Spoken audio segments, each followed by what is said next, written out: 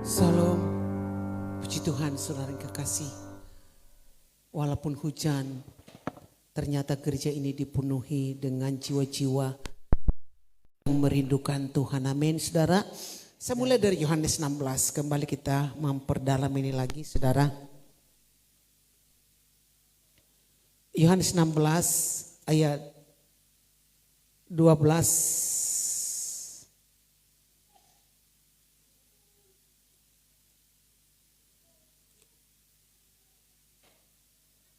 Sampai ayat 13 sampai ayat yang ke-14. Kita baca sama-sama 2 ayat. Tetapi apabila ia datang, yaitu roh kebenaran, ia akan memimpin kamu ke dalam seluruh kebenaran. Sebab ia tidak akan berkata-kata dari dirinya sendiri, tetapi segala sesuatu yang didengarnya, itulah yang akan dikatakannya. Dan ia akan memberitakan kepadamu hal-hal yang akan datang.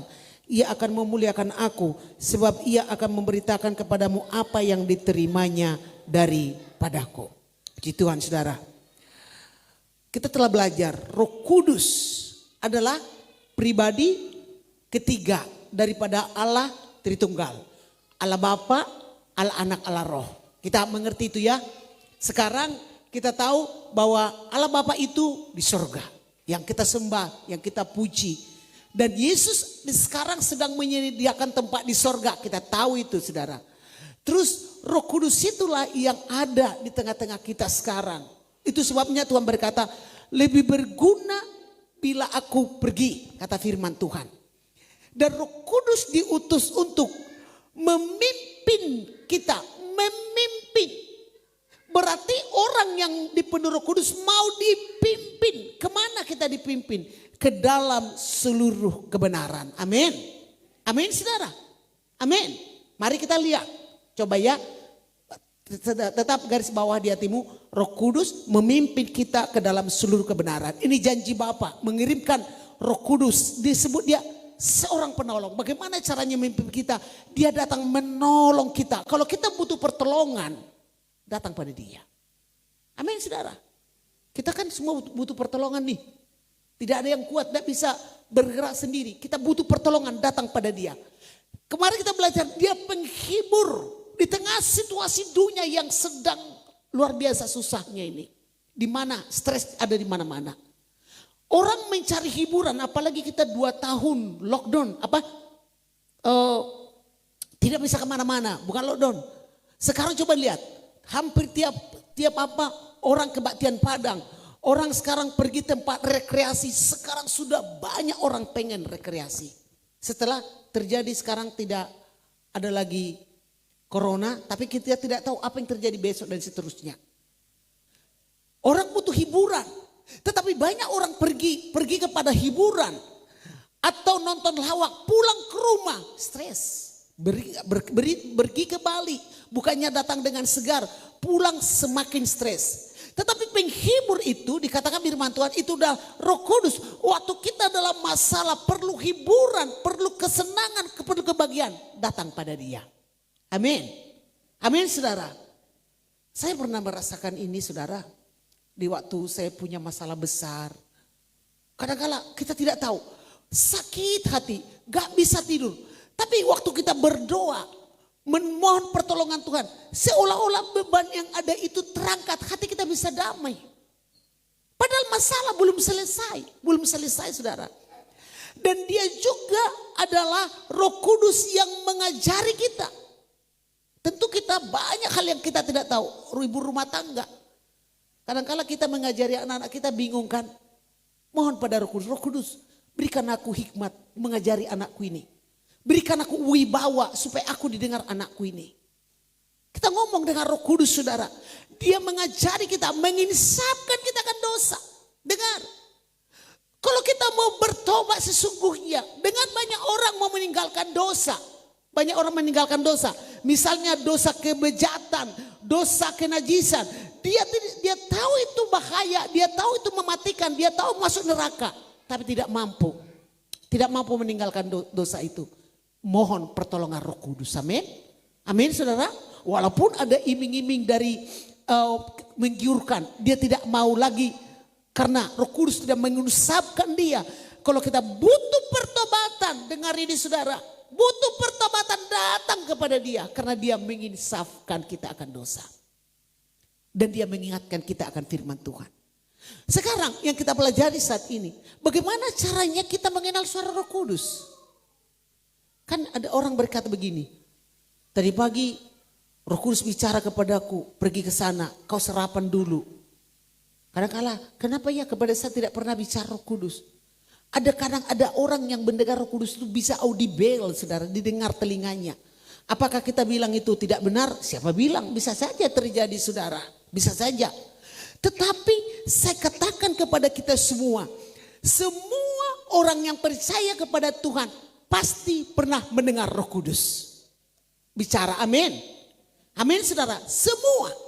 Kalau kita lihat dalam Yohanes 17 ayat 17. Coba dari sini ya kan. Yohanes 17. Kuduskanlah mereka dalam kebenaran. Firman-Mu adalah kebenaran. Dan Roh Kudus disebut juga dengan roh kebenaran. Dia memimpin kamu kepada seluruh kebenaran. Logikanya melihat ayat ini. Coba kita baca sama-sama 2 ya. Kuduskanlah mereka dalam kebenaran, firman-Mu adalah kebenaran. Logikanya begini, semakin kita mengerti firman, semakin kita tahu banyak firman, semakin kita banyak hafal firman, semakin kita mengenal firman dan mengerti sudah firman Tuhan, kita semakin mengenal suara Roh Kudus. Amin, saudara? Amin. Karena firman Tuhan itu kebenaran. Dan orang yang dipenuhi Roh Kudus, dengar saudara, kenapa orang dipenuhi Roh Kudus berhidupnya berkemenangan? Karena orang dipenuhi Roh Kudus gampang sekali percaya firman Tuhan. Coba evaluasi dulu sekarang. Mari kita evaluasi. Gampangkah kita percaya firman Tuhan? Kalau pendeta ngomong seperti ini, mana ada. Tapi coba kalau hatinya dipenuhi Roh Kudus, gampang sekali dia percaya firman Tuhan. Dan gampang sekali dia menerima mujizat Tuhan. Amin. Firman itu kebenaran. Jadi orang yang dipenuhi Roh Kudus, saudara, gampang sekali percaya firman Tuhan. Betapa pentingnya firman Tuhan itu bagi kita. Bersyukur kita ya kan. Kalau boleh, saya sarankan kepada jemaat Ebenezer, setiap dengar firman, bawa catatan, tulis, pelajari lagi di rumah. Karena inilah firman itu adalah Tuhan itu sendiri. Amin, saudara.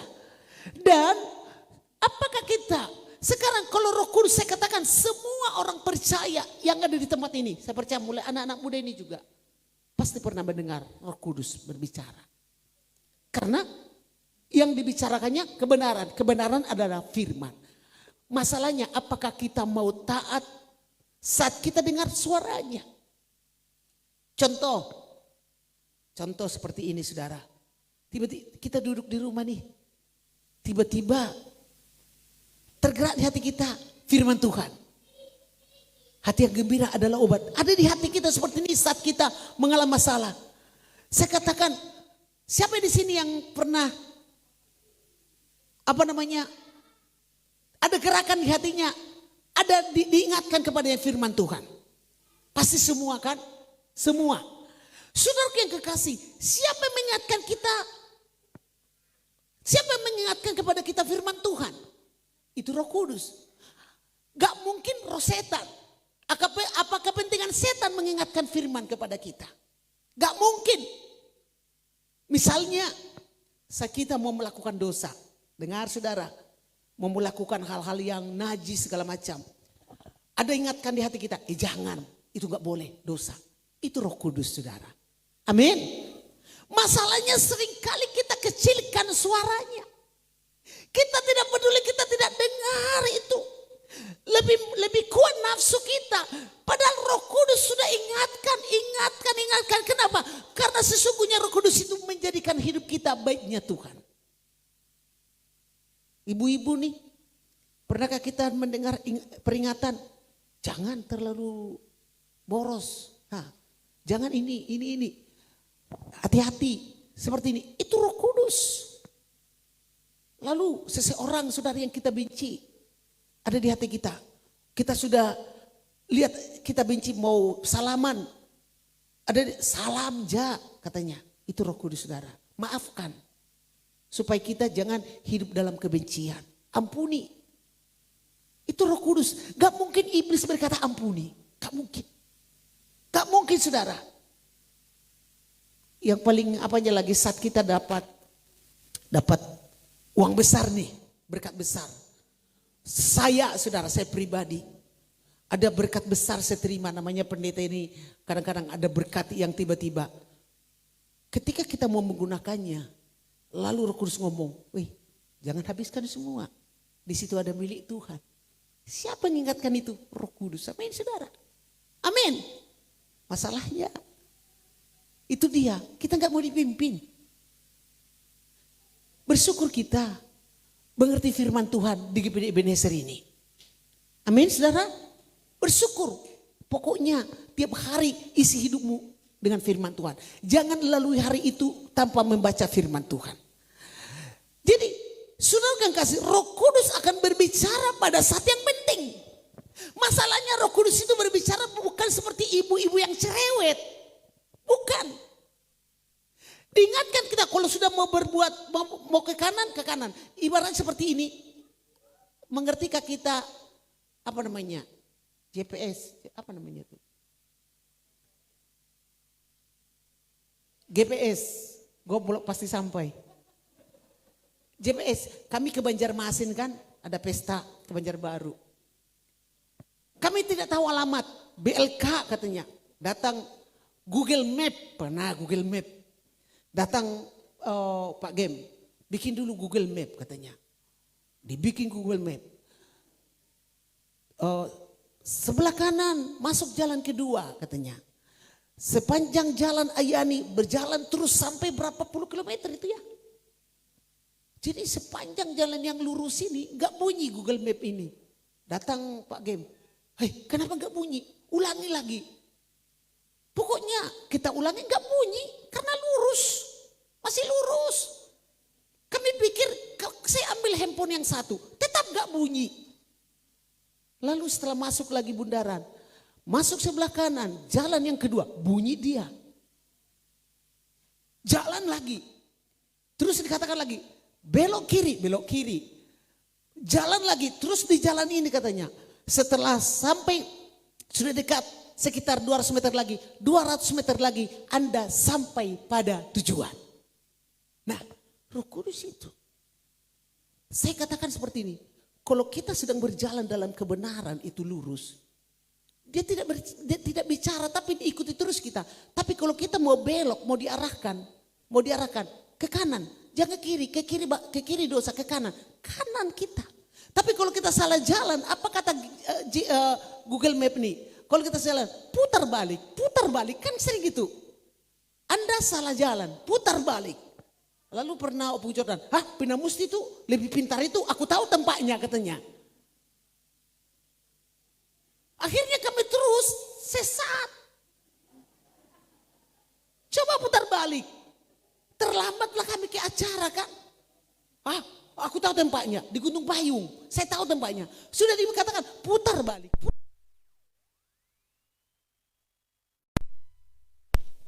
Cek. Dikatakan tetapi tetap tidak putar balik. Akhirnya kami tersesat. Jadi Roh Kudus itu selalu mengingatkan kita, mengikuti kita. Amin saudara. Kalau kita salah Allah diluruskannya. Makanya kalau kita mau berbuat dosa, maukah kita berbuat dosa ditonton oleh Roh Kudus? Pikirkan itu keberadaan Roh Kudus itu saudara. Di hidup kita. Dalam hidup ini Tuhan punya rencana hebat atas hidup kita masing-masing. Semua kita ini, gak terkecuali ini punya potensi ini semua. Tidak ada Tuhan membeda-bedakan orang. Tidak ada. Tetapi potensi itu akan keluar semua bila mana kita dipenuhi Roh Kudus Tuhan. Amin. Amin saudara. Karena dia mengajari kita dari dalam. Dan di dalam Kisah Rasul 1 ayat 4 sampai 8, Kisah Rasul 1 ayat 4 sampai 8, dikatakan firman Tuhan seperti ini. Pada suatu hari ketika ia makan bersama-sama dengan mereka, ia melarang mereka meninggalkan Yerusalem dan menyuruh mereka tinggal di situ menantikan janji Bapa. Yang demikian katanya, telah kamu dengar daripadaku, sebab Yohanes membaptis dengan air, tetapi tidak lama lagi kamu akan dibaptis dengan Roh Kudus. Amin, saudara. Yohanes membaptis dengan air, tetapi tidak lama lagi kamu dibaptis oleh Roh Kudus. Kata baptis di sini baptiso, artinya ditenggelamkan, dicelupkan. Baptisan air itu adalah persekutuan kita dengan Kristus. Kalau dikatakan dalam Roma 6 ayat 3 sampai 5, dikatakan firman Tuhan, saudaraku yang kekasih, Roma 6 ayat 3 sampai 5. Roma 6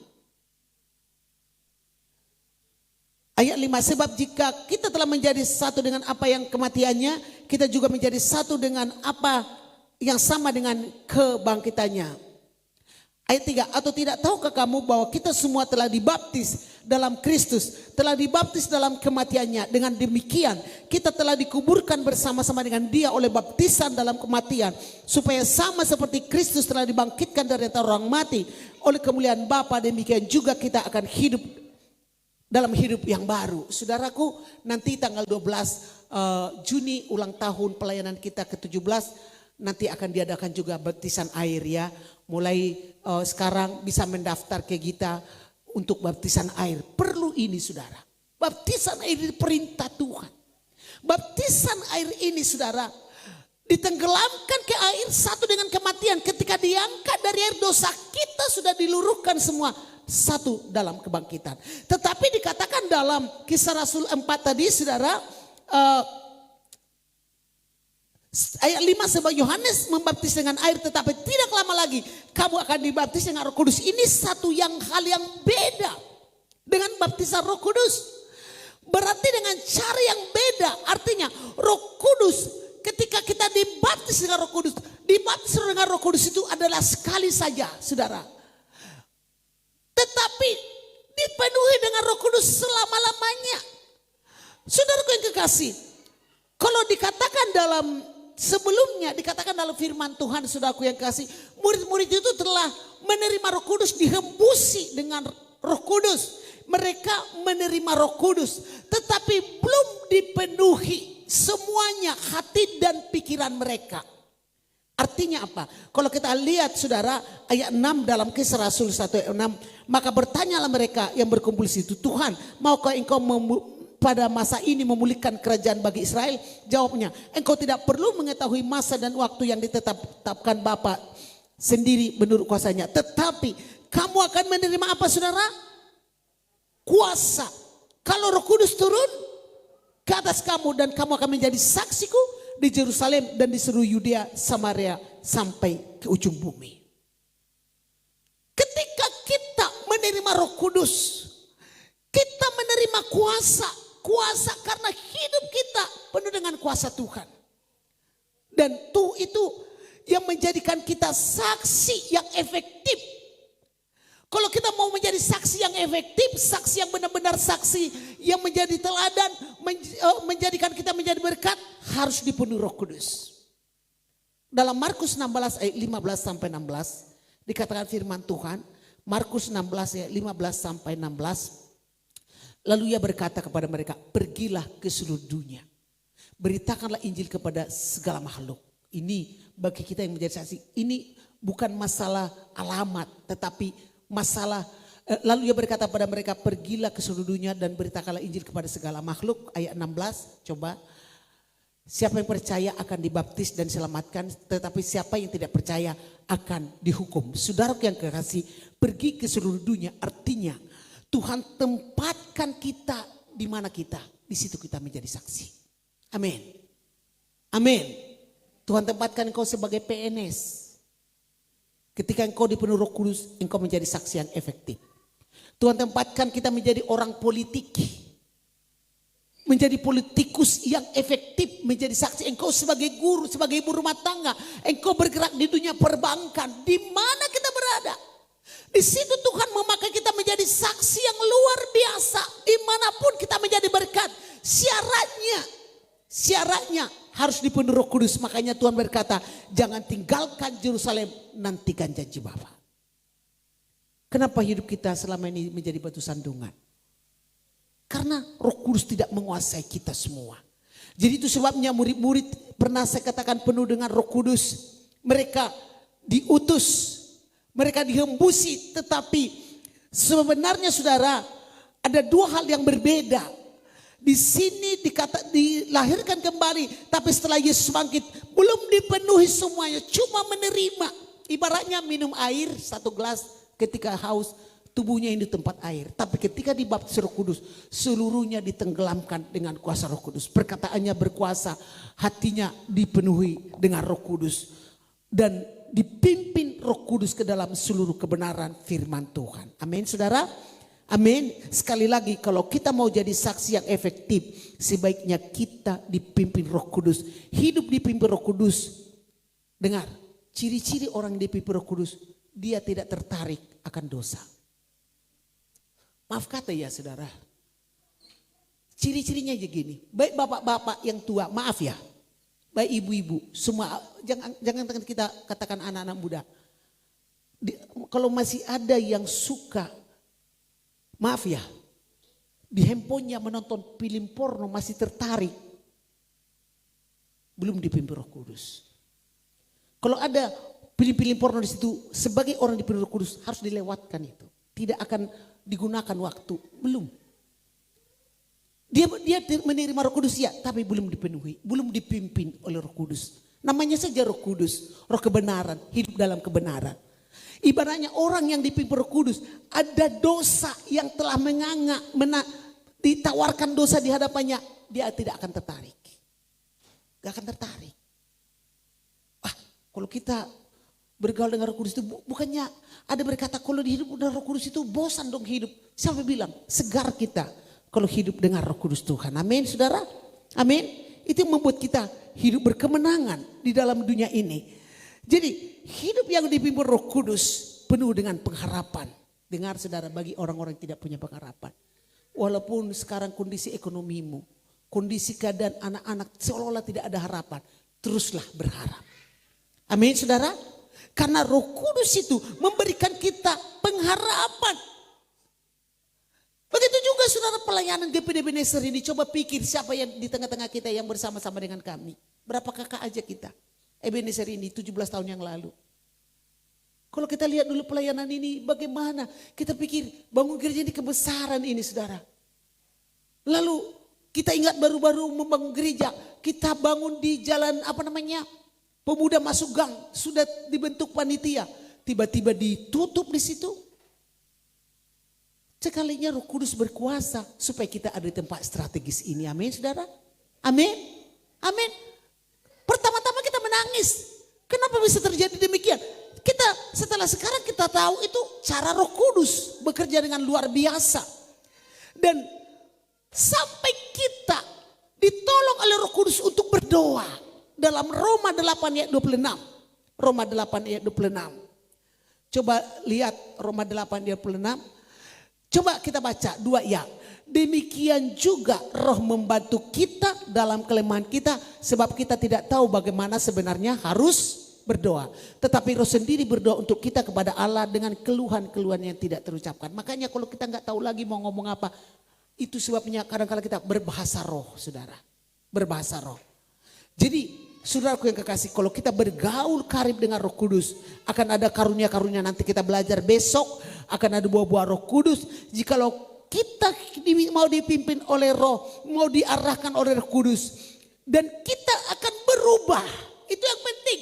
Banyak orang berbahasa roh, bernubuat, tapi ke gereja kelakuannya tidak jadi contoh. Untuk apa? Kita akan berubah dari dulunya pelit. Setelah dipenuhi Roh Kudus jadi murah hati, amin. Dulunya pemarah jadi sabar. Ada orang berkata begini, termasuk kami ya saudara, mungkin saya sendiri. Saya sudah mau berubah. Saya mau berubah, tetapi jangan sampai saya dipancing-pancing. Coba, benarlah seperti itu. Orang yang berubah itu ketika dia dipancing, iya kan? Orang yang bertobat, saya mau bertobat, tidak merokok lagi kata bapak-bapak. Tapi jangan kelihatan kepada saya rokok. Di mana? Harus ada yang merokok baru bisa dia berubah. Jadi orang yang dipenuhi Roh Kudus dari pemarah jadi sabar, tidak akan mendendam, dari kasar menjadi lemah lembut, dari egois saudara akan tahu kepentingan teman, dari orang sombong menjadi rendah hati, yang selalu bicara negatif, yang selalu bicara nyelekit jadi menyenangkan, yang selalu takut penuh dengan damai sejahtera, yang jahat jadi baik. Itulah hasil orang yang bergaul dengan Roh Kudus. Kalau seperti ini, apakah rumah tangga kita tidak aman? Aman ya? Kenapa terjadi keributan dalam rumah tangga? Kadang-kadang ibu rumah tangga ini kan kuncinya di ibu rumah tangga sering. Kita sudah capek, kita anggap kita sebagai pembantu. Aku memang pembantu di sini. Perkataan-perkataan yang seperti inilah yang tidak boleh ketika kita dipenuhi Roh Kudus saat ini. Mari bergaul dengan Roh Kudus itu. Syaratnya tidak sulit saudara, hanya buka hati. Amin. Amin saudara. Ada orang yang kalau Tuhan suruh kita mengampuni, ampuni. Berbicara Roh Kudus pada kita saat ini. Itu yang bisa kami sampaikan saat ini. Kita satukan hati kita, kita memerlukan Dia. Dia penolong, Dia penghibur, parakletos, Dia mengajari kita, guru kita, Dia menuntun kita ke dalam kebenaran. Dengar satu kata lagi, Dia menuntun kita ke dalam keberhasilan. Roh Kudus tidak pernah menuntun kepada kegagalan. Haleluya.